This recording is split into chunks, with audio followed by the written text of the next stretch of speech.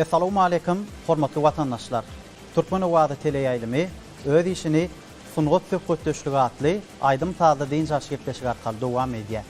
Hormatly adamlar, biz bugünkü gepleşigimizi Türkmenistanyň halk artisti Halipamyz Anogly Muratturdy bilen taýýarlamaklygy maksat edilýär. Dünya dolya şöhrati, garaşdyryp bir tarafly halkyň goşuganty. Süslerimiz bir dövbatly, matymyzyň dünyasy, arkadagyň saýytyna, dağlaryň asyny, Türkmenistan parahatçylygyň we ynanşmagyň watany. Anogly Halipa, hoş gördük gepleşigimizde.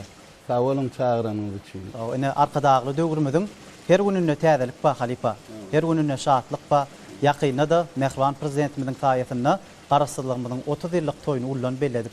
Bugünden özi aýratyn adama hem ýakyn merýe hem ruh welentlik paýlaýar. Arkadaky prezidentimiz şu watanymyzda zähmet çekýän ençeme adamlar şu garaşdyrlyk toýunyna sylaglada şatyr paýyn ýapdy. Size de ene watana bolan söýgüsi üçin diýen medal bilen sylaglady. Buňa ödüm aýratyn tedi bu ýonlar ýanyr täbäbi watanyň özi sen hem ganatlanyrýa hem ruhlanyrýa. Watanly bolmaň özi bagta Halipa. Watan nilenne bu bir Türkmen halky üçin iň mukaddes gymmatlyklaryň biri sebäbi biziň ata-babalarymyz mudama şu bir Türkmen halkynyň garahat asmanyň astyna bir bagtyarlykda ýaşamagyny arzu edip şoňa umtylan ata-babalarymyz bar da. Şu Mehriban arkadagymyz, milli liderimiz ýurt başyna gelenden şol arzuwlar hasyl bolup başlady. Onu da şeyler çalt gepgin bilen yurdumuz ösdi. Sebäbi watan bolanyna şoň ilkinji bilen gerek bady parahatçylyk. Arasy asman. Şu arasy asman bolan ýerine toýlar bolýar. Halkymyz bolelinikde de ýaşaýar. Sebäbi şuňalak watany söýmezlik mümkin näle. O sebäbi seňem ýüreginde, meňem ýüregimde bizim ata-babalarymyzyň hem ýüreginde şu watana bolan sevgi gaty ýokary derejede bolan. Onuň Mehriban arkadagymyz aýdýar Halipa, watana bolan sevgi iň bir beýik mukaddes sevgi diýär. Eýem şol sevgiň esasyna ýaş nesiller terbiýelemeklikde de, onu da watan söýji ruhyna terbiýelemeklikde aýratyn nusgalyk mektep bolup dura biziň özümizde. Her bir eserlerini özüň üns berýänsiň, şu watançylyk temasy gaty ulu ornalya. Eýem ilkinji takypalaryny watan söýmeklige çagyrýar adamlar. O gaty dogry. Sebäbi şu her bir eserini okamyzda şeýle bir uwudan ýurdumyzyň suratlaryny göremizde. Şu Türkmenistanyň geçmişi, şuňky güni şeýle bir giňden berilýär, şu zatlara gaty buýsanýar. Sebäbi Mehriban arkadagymyzyň bize beren döwrüniň bir aýratynlygy, bir bagtyarlygy diýip düşünýänler. Türkmen ýylymyz bagtyar, arkadagy hlat bile, ötüşleri ganat berdi, şan şöhratly ýyly bile, gülledi Türkmen ýurdy, aşyklar ýoly bile, alkışdy we şöhraty be, ýaşaýdy arkadagym, öňe diňe öňe, bagtyar döwrümiz bilen, siz watanyň arkadagy, siz watanyň gahrymany, ýaşaýdy arkadagym, öňe diňe öňe, arkadagyň ýoly bilen, siz watanyň arkadagy, siz watanyň gahrymany, ýaşaýdy arkadagym. Şol erkin erkana ýurtda garaşdyrlygyň beren miweleri bizi galkandyrdy. Al asmany guşlamyz erkin pelpelleýärler. Eýem asuwdalygyň, parahatlygyň, gowlugyň, bagtyarlygyň alamaty. Indi siz özüňiz öz döwrüňizi, ykbalyňyzy, ömrüňizi şu Aýdym taýda sunutyna bagladyňyz. Indi siz öz ykbalyňyzdan hoşal bolsaňyz gerek Halipa. Müňde bir hoşal sebäbi zähmet çekip bilseň Mehriban arkadagymyz şonu görýär, şatyr paýyny ýapyp dur. Bir näçe ýaş ýöne ýam halkyň içinde özüni tanadan aýdymçylygymyza hormatly atlan dakylmagy. Bu zatlar medeniýet sungat işgärlerini heme uly hormat hem borç, onu da ruhlandırmak için mehriban arkadaşımız. Yine senem kutlayan şol bayramçılıkta altın atır bəyətleşin yencisi bollun şeyle hormatlı atlan da kılmağı ya saat erpayının yapılmağı bu devletliğin alamatı. Halkını yitirdin tükünmez bağıtan, Türkmenin bağıt için diren arkada. Ehli halk bu on yaracak zamana, halkın bağıtı için yaşa arkada. Halkını yitirdin tükünmez bağıtan, Türkmenin bağıt için diren arkada. Ehli halk bu on yaracak zamana, halkın bağıtı için yaşa arkada. Büyük binalarımız dibe bu tir paytahtı, günle aşağılan ya adavrayı şükratı. Vatanımın savaşıyla çün gerçeğin ıhlatı, vatan için halkım için yaşaydım arkada. Şu adam üns versen her bir Türkmenistan'ın ehli kunjağını quruluşlar bir adamdan bir yaşayış durmuşunu yeni de bunun hasam qoğulandırmak için köp binalar salınıp dur, iyidi derli açılıp dur. Şu zatlar Türkmenistan'ın kıyıska vaktın içinde ösen devletlerin hatarına girdiği deyip düşünmeliler. Sebebi şu zatlar durmuşa geçirmekten ilki bilene mehriban arkadaşımızın halkımızı bahtiyarlıkta yaşatmak için ahlasi. Ondan sonra şol bir özü her bir şu zatları şeyle bir İnçelik bilen seyredip şonu durmuşa kıyıska vaktın içinde geçirip bizim çağılamız olsun, yaşullığımız olsun, yaş kiçilerimiz olsun. Her bir adamın yaşayış durmuşu, parahatçılık şu zatları hiç gözden salan yok. Şonun için şeyle bahtiyarlıkta yaşayat tabi. Komul yar arkada, vatan için her işte, nesilleri doğama, yarışlarda yenişte. Alkış dibe, şan dibe, şükrat dibe arkada. Bugün acap devirdi, bahtiyar bil bahtiyar. Alkış dibe, şan dibe, şükrat dibe arkada. Bugün acap devirdi, bahtiyar bil bahtiyar.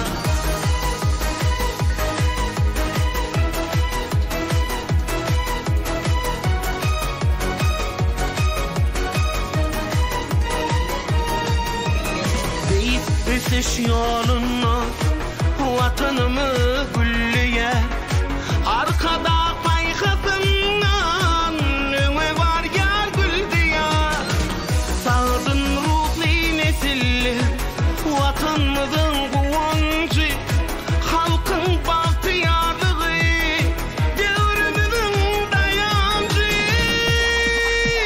Alkış dibe, şan dibe, şükrat dibe arkada. Bugün acap devirdi, bahtiyar bil bahtiyar. Alkış dibe, şan dibe, şükrat dibe arkada.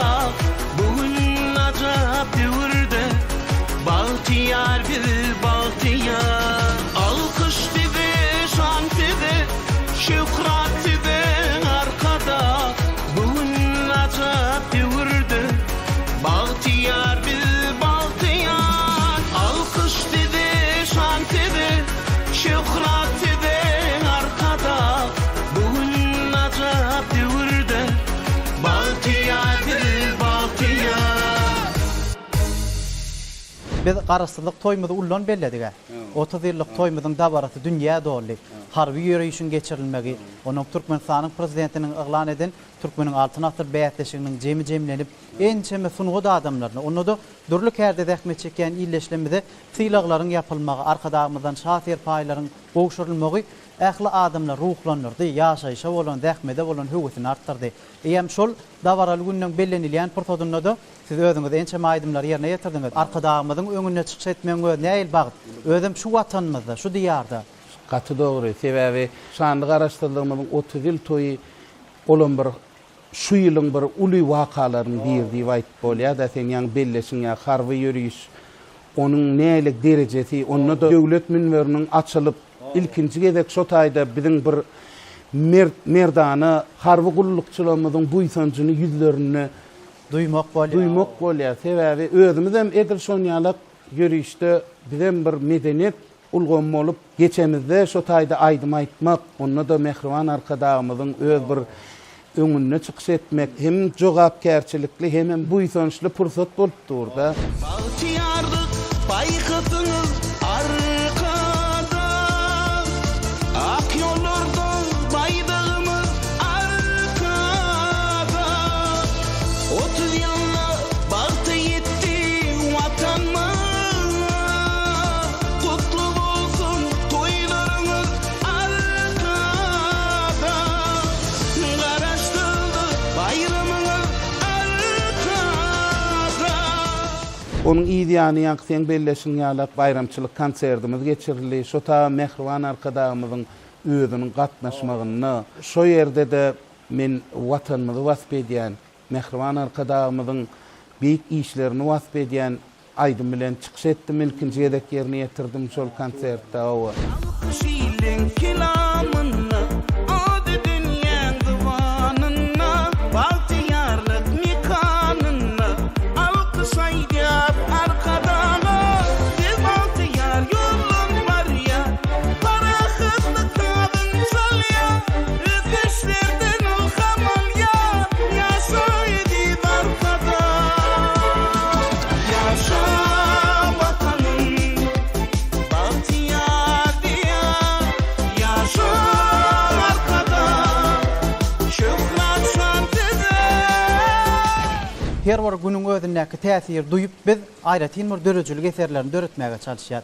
Sebäbi şu günden özü bizi aýratyn ýaşaýşa ruhlandyrýar, zähmede ruhlandyrýar. Arkada prezidentimiziň tagallasy bilen şu ýylyň dowamynda ençeme dawaral çäreler geçirildi. Ina ýylymyzyň adam Türkmenistan parahatçylygyň we ananşmagyň watanýerlik. Thomas Bastanyň ahyrky aýynyň ilkinji günlerini Abada milli tähatçylyk zowlagyny bir Merkezi Aziýa ýurtlarynyň ençeme sunuwdy saatlarynyň biziň ýurdumyzda onda da Abada milli tähatçylyk zowlagyna gelmegi bilen bayramçylyk konserti geçirildi ýokary derejede. Şonu siz özüňiz hem aýdym aýtdyňyz.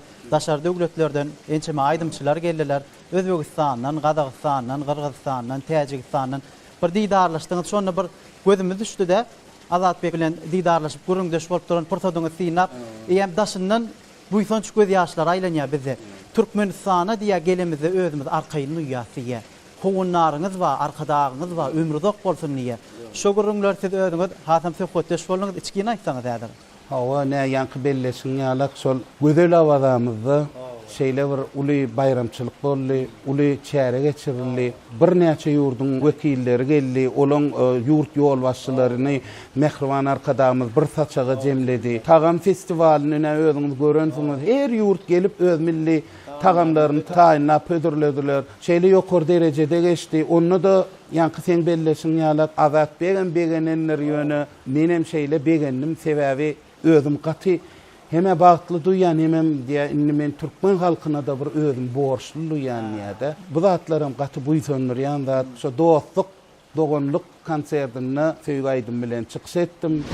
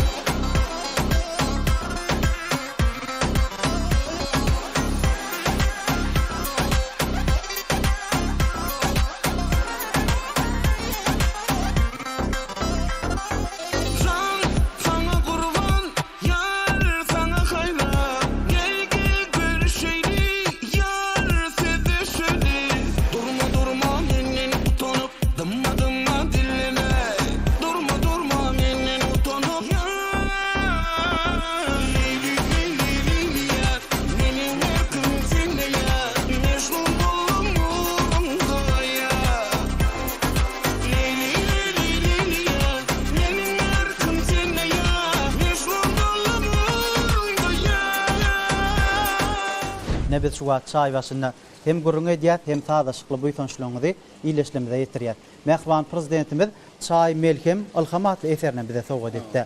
Ödi şol kitapda belleýe mehman prezidentimiz çay başına söhbetler mudama hem lezzetli bolýa hem gyzykly bolýa diye. Şu wagt iyileşlemede täsirli söhbetimizi hem gyzykly edip çay başına yetirip otyr. Aydym saat hakyny, döwür hakyny mehman prezidentimizin bize ýapýan şahir paýlarynyň bize aýratyn ruhlandyrýanlygy hakyny gurrun edýär. Sebäbi döwrüňi öz joşduryp dura. Indi biz şähere çykýar, biz şahir dälim bolsak özümizni şygyr döredip otyr halipa. Döwür joşurda ilham berdi bize. Döwür ähli türkmen halkyny dörejilige terdi.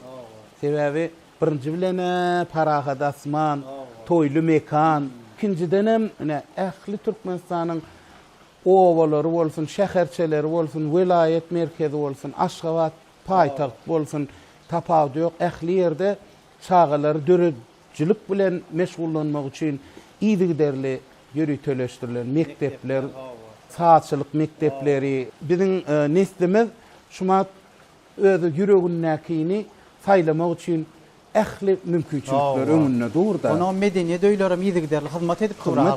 Onuň ýaşlar hem şol atlary görüp, şol bir her bir çağaň öz bir arzu bolýa. Biri bir Lukman bolsun diye, biri bir aydymçy bolsun diye. Şolaň ählisi üçin ähli mümkinçiligi bar.